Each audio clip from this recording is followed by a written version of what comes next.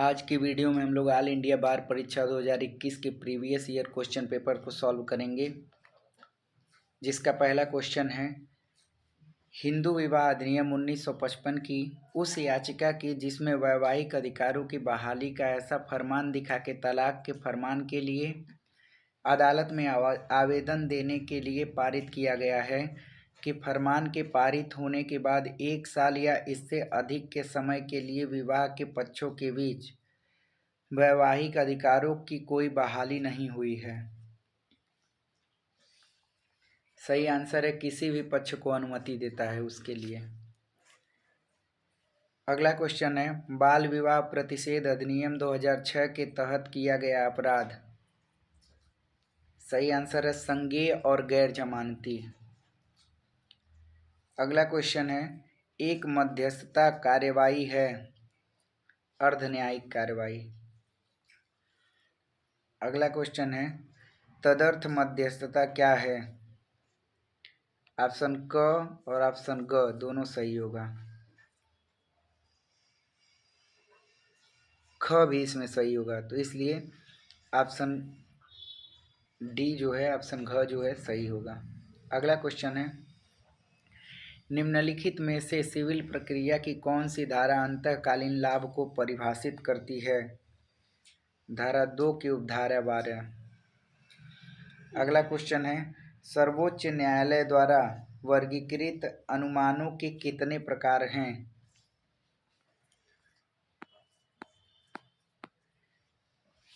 इसका सही आंसर है उपरोक्त सभी।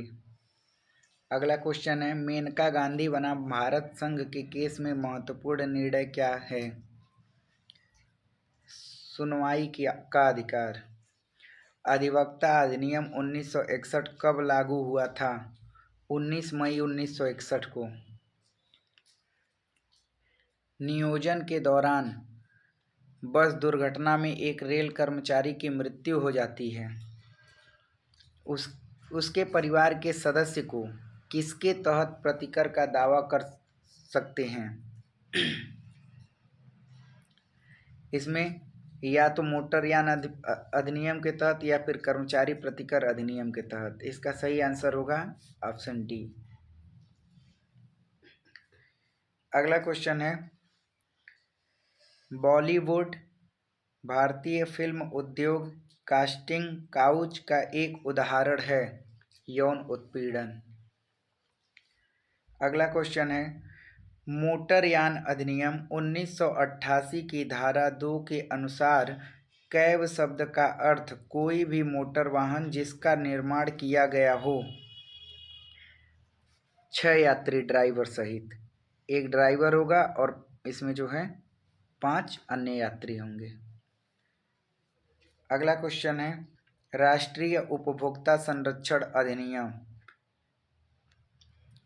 इसका सही आंसर होगा कम से कम इसमें 5 सदस्य होने चाहिए, जिसमें से एक इसका प्रेसिडेंट होता है, बाकी मिनिमम जो है 4 सदस्य होने चाहिए। और तो इसका सही आंसर होगा कि 5 सदस्यों द्वारा बना होगा।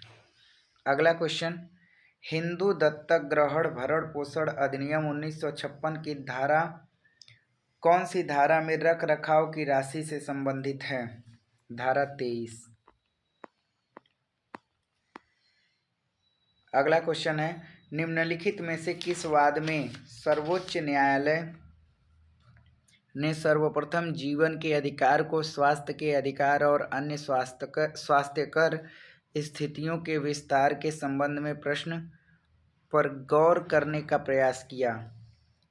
ऑप्शन ए सही होगा। अगला क्वेश्चन वेसल कन्वेंशन निम्नलिखित में से एक से संबंधित है। खतरनाक कचरे और उनके निपटान की सीमा पर आवाजाही का नियंत्रण। अगला क्वेश्चन है साइबर अपराध की प्रकृति क्या है। अस्पष्ट। अगला क्वेश्चन सिविल प्रक्रिया संहिता 1908 के तहत विदेशी न्यायालय का अर्थ क्या है। भारत के बाहर स्थित एक न्यायालय और भारत सरकार के अधिकार अंतर्गत स्थापित नहीं है। अगला क्वेश्चन है, जनहित याचिकाओं की प्रक्रिया के दुरुपयोग का अर्थ है।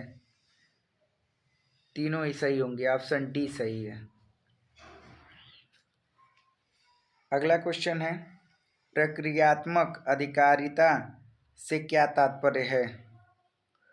क और ख सही होगा इसमें, तो ऑप्शन डी सही है। अगला क्वेश्चन, रिकॉर्ड के सामने कानून की स्पष्ट त्रुटि का आधार किस रिट से जुड़ा हुआ है। सर्सियोररी। अगला क्वेश्चन, सिविल प्रक्रिया संहिता के तहत गलत मिलान का पता लगाएं। तो दोनों सही था, ये गलत है। धारा 9 न्यायालय का आर्थिक क्षेत्राधिकार। अगला क्वेश्चन, विनिर्दिष्ट अनुतोष अधिनियम 1963 के अधीन मुकदमे के शीघ्र निस्तारण के लिए समय सीमा क्या है। 12 माह। अगला क्वेश्चन, एक मुख्य न्यायिक मजिस्ट्रेट कितने साल के कैद की सजा दे सकता है। 7 साल से अधिक।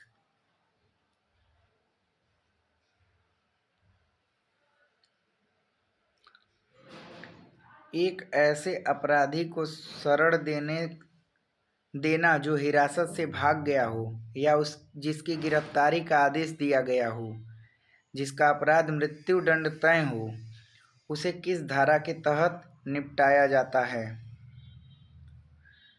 आईपीसी की धारा 216 के तहत।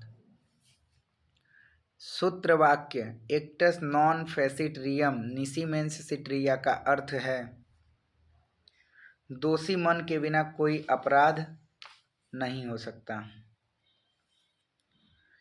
अगला क्वेश्चन है, भारतीय संविदा अधिनियम 1872 की धारा 73 द्वारा निर्धारित कानून निम्नलिखित में से किस केस से संबंधित है।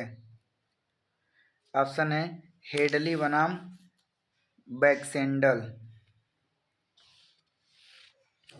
अगला क्वेश्चन है, सीपीसी द्वारा किस अवधि के भीतर विशिष्ट अचल संपत्ति की वसूली प्राप्त की जा सकती है। 6 महीने के भीतर। अगला क्वेश्चन है, LARR अधिनियम के अधीन पुनर्सुधार और पुनर्वास के लिए कमिश्नर की नियुक्ति कौन कर सकता है।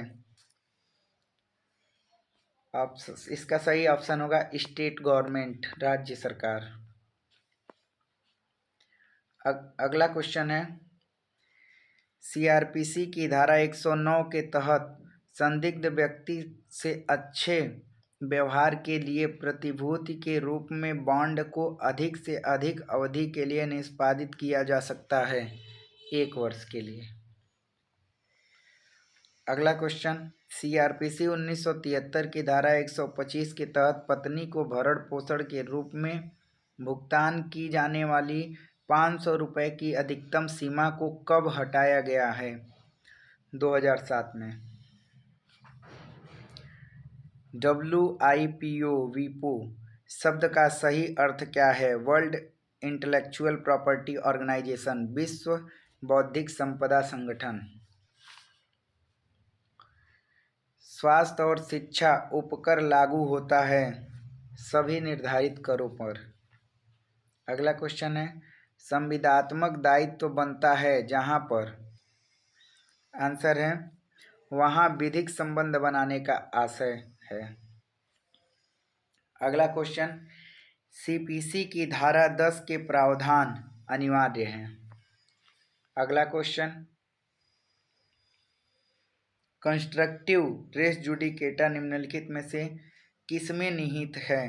धारा 11 के स्पष्टीकरण 4 में। अगला क्वेश्चन है, दिल्ली उच्च न्यायालय के प्रसिद्ध उद्घोषणा जो भारतीय दंड संहिता की धारा 377 की संवैधानिक वैधता से संबंधित है, उच्चतम न्यायालय द्वारा पलट दिया गया किस केस में। इसका सही आंसर है सुरेश कौशल बनाम नाज फाउंडेशन। अगला क्वेश्चन है, मध्यस्थता का संदर्भ मध्यस्थता और सुलह अधिनियम 1996 की किस धारा में दिया गया है। धारा 9 में। अगला क्वेश्चन है, मुख्य उत्तरवर्ती आचरण के तहत निम्नलिखित में से किस प्रकार का आचरण भौतिक होगा? डर, कांपना। अगला क्वेश्चन है, भारतीय संविधान के अनुच्छेद 19 के तहत निवास की स्वतंत्रता निम्नलिखित में से किस खंड में उपलब्ध है? खंड 1 ई में। साक्ष्य अधिनियम की किस धारा के तहत संस्कृति को परिभाषित किया गया है? 17 से 18 में किसी भी धारा में संस्कृति को परिभाषित नहीं किया गया है, बल्कि 17 में जो है स्वीकृति को परिभाषित किया गया है। स्वीकृति।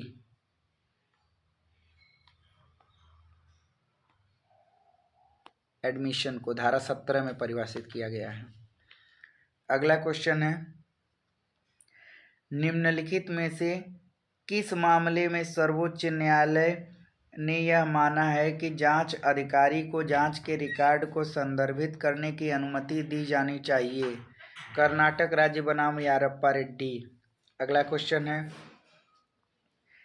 यदि कोई पक्ष जिसने अभिवचन में संशोधन करने की अनुमति प्राप्त करने का आदेश प्राप्त किया हो, वह कितने दिनों के अंदर उसमें संशोधन नहीं कर सकता, तो उसे न्यायालय की अनुमति के बिना ऐसा करने की अनुमति नहीं दी जाएगी।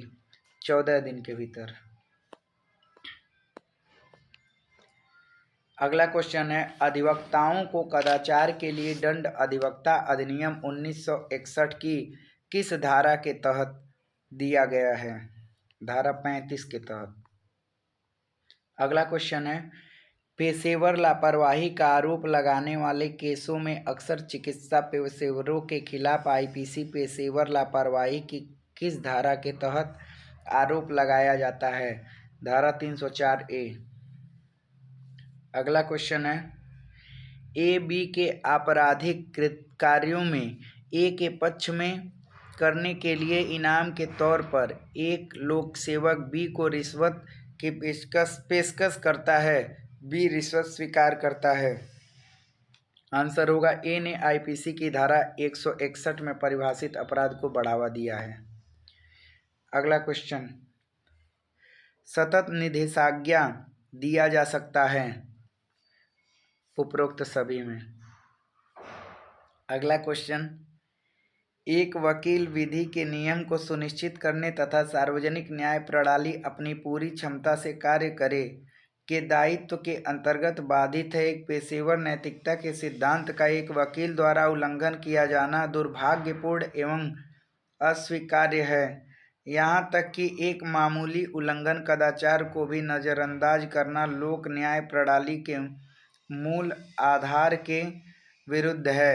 यह कहा गया था ओपी शर्मा बनाम पंजाब और हरियाणा उच्च न्यायालय 2011। अगला क्वेश्चन है, कंपनी अधिनियम 2013 की धारा 8 में निम्नलिखित में से संबंधित प्रावधान दिए गए हैं? दानशील उद्देश्यों इत्यादि सहित कंपनियों का गठन। अगला क्वेश्चन है, पंजीकृत कार्यालय का सत्यापन समावेश की अवधि के अंतर्गत रजिस्ट्रार को प्रस्तुत किया जाएगा 30 दिनों में। अगला क्वेश्चन है, साइबर कानून संबंधित है इंटरनेट से संबंधित सभी गतिविधियों। बाकी अगले क्वेश्चन को हम लोग 51 से लेकर के 100 क्वेश्चन तक को नेक्स्ट पार्ट में सॉल्व करेंगे। Thanks for watching my video.